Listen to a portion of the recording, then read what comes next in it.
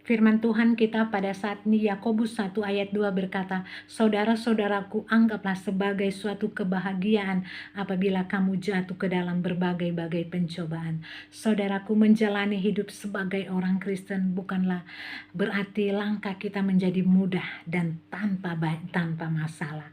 Sebaliknya saudaraku, kita justru menghadapi banyak ujian, banyak cobaan. Sebab firman Tuhan berkata dalam Filipi 1 ayat 29 berkata, "Sebab kepada kamu dikaruniakan bukan saja untuk percaya kepada Kristus, melainkan juga untuk menderita untuk Dia." Saudaraku, namun firman Tuhan berkata bahwa ujian dan pencobaan yang kita alami itu semuanya mendatangkan kebaikan bagi kita. Tuhan ingin melihat sejauh mana kualitas iman anak-anaknya.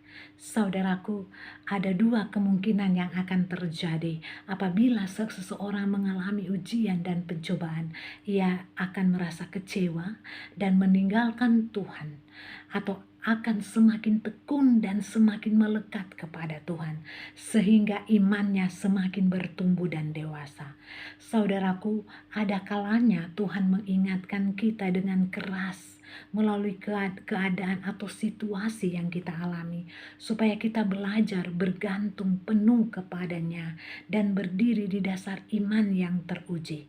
Saudaraku, iman yang teruji tidak terjadi dalam semalaman, namun harus melewati yang namanya proses yang panjang, yang di dalamnya terkandung unsur ketekunan dan kesetiaan.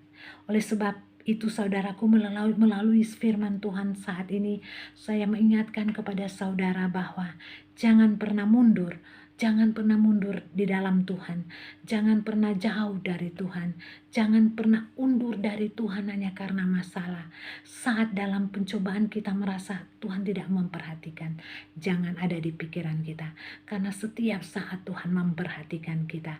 Karena di setiap proses pencobaan yang kita alami, ada rencananya di balik itu yang indah sekali yang kita tidak tahu.